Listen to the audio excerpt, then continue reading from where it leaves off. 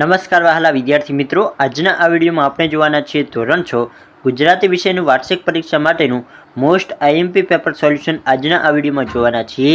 તો તમારે આ વિડીયોને ખાસ અંત સુધી જરૂરથી જોવાનો છે. તો ચાલો વિદ્યાર્થી મિત્રો, સૌપ્રથમ પ્રશ્ન નંબર 1થી આપણે શરૂઆત કરીએ. પ્રશ્ન નંબર 1 છે વિદ્યાર્થી મિત્રો કે નીચે આપેલા દરેક પ્રશ્નના ઉત્તર માટે આપેલા વિકલ્પોમાંથી સાચો વિકલ્પ શોધી તેનો ક્રમ અક્ષર પ્રશ્નની સામે આપેલ બોક્સમાં લખો.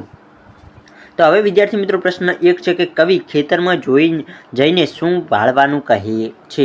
તો કે કવિ જે છે તે ખેતરમાં જઈને શું ભાળવાનું કહે છે. તો વિદ્યાર્થી મિત્રો તેમાં તમારે જવાબ લખવાનો છે કે ખેડૂતને વાવણું કરતા ભાળવાનું આપણને કહે છે.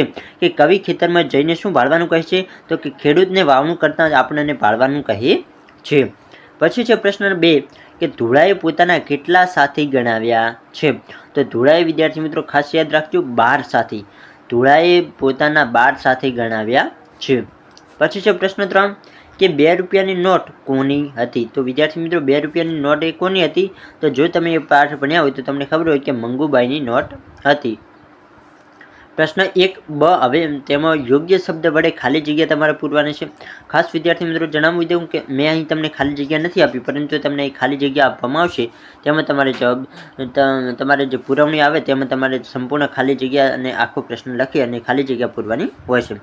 તેમાં વિદ્યાર્થી મિત્રો પ્રશ્ન 1 છે કે નથી કદી હું એકલો, પછી ખાલી જગ્યા છે ને મારે 12.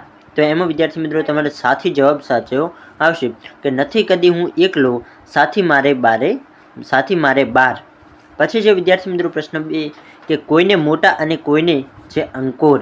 તો તેમાં શું જવાબ આવશે તો કે મરવા. પછી જોઈએ પ્રશ્ન 3 કે જ્યારે નિસરવા ટાણે સૌ ખૂંટે સંતાય. તો એમાં વિદ્યાર્થી મિત્રો શું જવાબ આવશે તો કે આ કોણે લખ્યું છે તો કે રવિન્દ્રનાથ ટાગોરે. પછી વિદ્યાર્થી મિત્રો જોઈએ કે પ્રશ્ન 1 તેમાં ક આપેલો છે. એક વાક્યમાં તમારે દરેક પ્રશ્નોના જવાબ લખવાના રહેશે.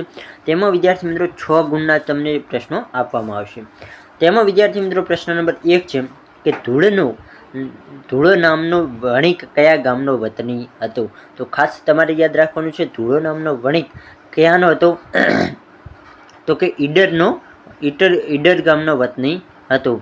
કવિએ કોના આંગળા ખુલતા કર્યા છે. તો વિદ્યાર્થી મિત્રો કવિએ આભના આંગળા ખુલતા કર્યા છે. તો વિદ્યાર્થી મિત્રો પ્રશ્ન નંબર 3 છે કે ગોપીના કંઠેથી શીરાનો કોળિયો કેમ ઉતરતો નથી. તો તેમાં તમારે જવાબ લખવાનો છે ગોપી શીરો જમવા બેસે છે ત્યારે તેને શ્રી કૃષ્ણ યાદ આવે છે, તેથી તેના કંઠેથી કોળિયો ઉતરતો નથી. પછી છે પ્રશ્ન 4 કે કવિ મન મૂકીને કોને શું ગાવાનું કહે છે. કવિ કોને અને મન મૂકીને શું ગાવાનું કહે છે. તો એમાં વિદ્યાર્થી મિત્રો તમે લખવાનું કે કવિ મન મૂકીને એકલા જનારને પોતાના મનનું ગાણું ગાવાનું કહે છે. જનાર પાસે સર્વ કલ્યાણના માર્ગનું લક્ષ્ય છે. દેશ હિતની ધગશ છે, ધખના છે, એ ધખનાને ગીત રૂપે મન મૂકીને ગાવાનું કહે છે.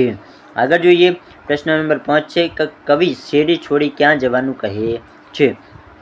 તો કવિ ક્યાં જવાનું કહે છે તો કે કવિ શેરી છોડીને આંબાવાડિયામાં જવાનું કહે છે.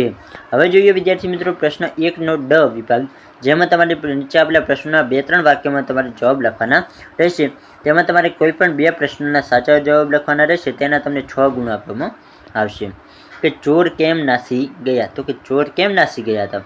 તો વિદ્યાર્થી મિત્રો તેમાં તમારે જવાબ લખવાનો કે ધુળાએ હિંમત અને વિશ્વાસથી કામ લીધું હતું. પોતાની પાસેનો 4 કાટલા ભરેલો કોથળો શું કર્યો વીંજવાથી પોતાનો પાસે 4 કાટલા ભરેલો કોથળો વીંજવાથી ચારોને બરાબરના ઘા વાગ્યા. ચારોથી આ માર સહન ન થયું. ચારોએ વિચાર્યું કે જો આ એકલો આટલો શક્તિશાળી હોય તો જ્યારે 12 સાથી એકસાથે આવશે ત્યારે તો આપણી ઘોર ખોદાઈ જશે. તેથી તેઓ ત્યાંથી જ્યાં એટલે કે તેઓ ત્યાં જીવ લઈને નાસી ગયા. પછી છે પ્રશ્ન 2 કે પૂનમ એની ટુકડી એવા શું માટે કહેવા આવ્યું છે. તો કે પૂનમ એની ટુકડી એવું શા માટે કહેવામાં આવ્યું છે. તો વિદ્યાર્થી મિત્રો તેમાં તમારે જવાબ લખવાનો છે કે બીજના સુકન લઈને અજવાળિયામાં નીકળેલી હોડી એના મુસાફરના લક્ષ્યને આનંદ પ્રાપ્તિના ઉત્સાહમાં સમયની કશી ગણતરી રહી નથી. જોત જોતાના પૂનમ સાવ નજીક આવી ગઈ. લાંબો પંથ આ વાતાવરણમાં ઝડપથી સહજ રીતે કપાઈ ગયો, તેથી પૂનમ એની ટુકડી એવું કહેવામાં આવે છે. આગળ જોઈએ. પ્રશ્ન 3 છે કે કાવ્યમાં આંબાવાડિયાનું કેવું વર્ણન કરવામાં આવ્યું છે. તો તેમાં તમારે લખવાનું કે આંબાવાડિયામાં આંબા પર ઉપર એટલો મોર આવ્યો છે કે આંબાનું એકેય પાંદડું દેખાતું નથી. કોઈ આંબાને કુંપળો ફૂટી છે તો કોઈ આંબાને મરવા લાગ્યો છે. મોરની માદક ગંધથી આનંદમાં આવીને આંબાવાડિયામાં કોયલ ટહુકે છે. પછી છે પ્રશ્ન 2 વિદ્યાર્થી મિત્રો કે નીચે આપેલા પ્રશ્નોના તમારે વળી વિકલ્પો તમને 3 જોવા મળશે.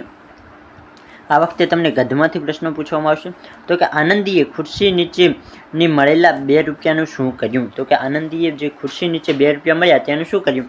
તો કે પર્યટન માટે જમા કરાવ્યા. પછી છે પ્રશ્ન 2 કે આંજણીની વેદના વધવાને લીધે લેખક પથારીમાં શું કરવા લાગ્યા? તો તેમાં તમારે લખવાનું કે પથારીમાં તરફડિયા મારવા લાગ્યા હતા. આગળ જોઈએ. પ્રશ્ન 3 કે પદ્મને ભેવા નીચેનામાંથી કોણ સમર્થ નહોતું? તો ઇન્દ્રદેવ. વિદ્યાર્થી મિત્રો ખાસ યાદ રાખજો, ઇન્દ્રદેવ જવાબ આવશે.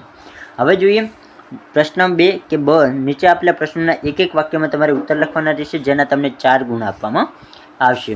રાત્રિના સમયમાં ખીણ તરફ નજર નાખતા પ્રવાસીઓને જાદુઈ નજારો કેમ દેખાયો હતો? તો કે રાત્રિના સમયે ખીણમાં ડાંગીઓના છૂટાછવાયા ઝૂંપડામાં ટમકતા ફાનસના રંગીન અજવાળા જોઈ પ્રવાસીઓને આકાશના તારા ખીણમાં ઉતર્યા હોય એવી અનુભૂતિ થતી હોવાથી ખીણ તરફ નજર નાખતા પ્રવાસીઓને જાદુઈ નજારો દેખાયો હતો. બલારામની ઉજાણીનો સૌથી વધુ આનંદીને કેમ આવ્યો હશે? તો વિદ્યાર્થી મિત્રો તેમાં તમારે લખવાનું કે બાલારામની ઉજાણીનો સૌથી વધુ આનંદીને આવ્યો છે કારણ કે ઉજાણી 2 રૂપિયાની વ્યવસ્થા શું કરી? તો કે ભગવાને કરી આપી હતી. તો કે તેને ભગવાનને 2 રૂપિયાની વ્યવસ્થા કરી આપી હતી. લેખકે કોનો આભાર જાહેરમાં માનવાની તક લીધી? તો વિદ્યાર્થી મિત્રો તેમાં તમારે લખવાનું કે લેખકે જે હિતેચ્છુઓ એ તેમની દયા ખાઈને તેમના અંજણીના દુઃખના તેમના જાહેરમાં આભાર માનવાની તક લીધી. પછી છે પ્રશ્ન 4 કે દુર્યોધનનો ક્રોધ સાથી કાબૂમાં ન રહ્યો? તો કે અભિમન્યુએ દુર્યોધનના પુત્રને માર્યો, તેથી દુર્યોધનનો ક્રોધ કાબૂમાં રહ્યો ન હતો. હવે જોઈએ વિદ્યાર્થી મિત્રો પ્રશ્ન 2 કે નીચે આપેલા પ્રશ્નના 2-3 વાક્યોમાં તમારે જવાબ લખવાના કે આનંદીનો કયો ગુણ તમને ગમ્યો કેમ? તો તમારે લખવાનું કે આનંદીને 2 રૂપિયા મળવાના કિસ્સામાં તેણે પ્રમાણિકતા દાખવી સ્ત્રી ડૉક્ટરને 2 રૂપિયા પરત આપી દીધા. આનંદીનો આ પ્રમાણિકતા એ ગુણ મને ગમ્યો કારણ કે આપણે સ્વાર્થ ખાતર પ્રમાણિકતા ચોરી ન કરવી જોઈએ, શું બોલવું ન જોઈએ. તો કે આ એનો ગુણ સારો હતો, તેને 2 રૂપિયા મળ્યા તો તેણે ડૉક્ટર જે હતી તેને પાછા આપી દીધા હતા. પ્રશ્ન 2 ઊંટવેદ શબ્દનો અર્થ જાણીને લખો. તો કે જણાવો. તો તેમાં વિદ્યાર્થી મિત્રો તમારે લખવાનું કે ઊંટવેદ એટલે શું? તો કે ઊંટવેદ કે જે માણસની દવા કરવાને લાયક ન હોય એવો લેભાગુ વૈદ, તેને શું કહેવામાં આવે? તો કે તેને ઊંટવેદ કહેવામાં આવે છે. આથી ઊંટવેદ એટલે પરિણામ શું આવશે તે વિચાર્યા વગર કરવામાં આવતો દર્દીનો ઉપચાર. પછી જોઈએ પ્રશ્ન 3 કે અભિમન્યુના કયા કાર્યથી દ્રોણના ગર્વના ચીરે ચૂરા થઈ ગયા હતા? તો કે અભિમન્યુ વીજળી જેવી ગતિથી પદ્મ વ્યૂહની પ્રથમ હરોળ ત્રાટક્યો, જે પદ્મને ભેદવાનું દેવો માટે પણ કઠિન હતું. ઇન્દ્ર પણ ત્રાટક્યો, જે પદ્મને ભેદવાનું દેવો માટે પણ કઠિન હતું. ઇન્દ્ર પણ ક્ષણભરમાં ભેદી નાખ્યું, જેથી દ્રોણના ગર્વના ચૂરે ચૂરા થઈ ગયા હતા. પ્રશ્ન 2 નીચેના પ્રશ્નોના 4-5 વાક્યોમાં વિદ્યાર્થી મિત્રો તમારે જવાબ લખવાના રહેશે. કોઈ પણ એક પ્રશ્નનો તમારે સાચો જવાબ લખવાનો છે કે લેખકે સાપુતારામાં શું કરવાનો લાભ લીધો? તો વિદ્યાર્થી મિત્રો તેમાં તમારે લખવાનું કે લેખકે સાપુતારામાં બાગ અને સંગ્રહ સ્થાન જોવાનો, મધમાખી ઉછેર કેન્દ્રમાંથી મધ લેવાનો, એક ટેકરી ઉપર ચડીને આથમતા સૂરજની સુંદરતા નિરખવાનો અને રાત્રે ડાંગી લોકોનું સમૂહ નૃત્ય જોવાનો લાભ લીધો હતો. પછી વિદ્યાર્થી મિત્રો પ્રશ્ન નંબર 2 આપ્યો છે કે કવિ કેવી રીતે સૌનો દીવો થવાનું કહે છે? તો તેમાં તમારે લખવાનું કે જો કોઈ દીવો ન ધરે તો કવિ કહે છે કે ઘનઘેરી તોફાની રાત્રે જેમ આકાશમાં વીજળી ક્ષણિક પ્રગટીને અંધકારને દૂર કરે છે, તેમ અનેકના વિરોધો વચ્ચે અંધકારમય જીવનમાં સળગી જઈ બલિદાન આપી તું જ જીવનપથનો દીવો આ રીતે કવિ સૌને દીવો થવાનું કહે છે.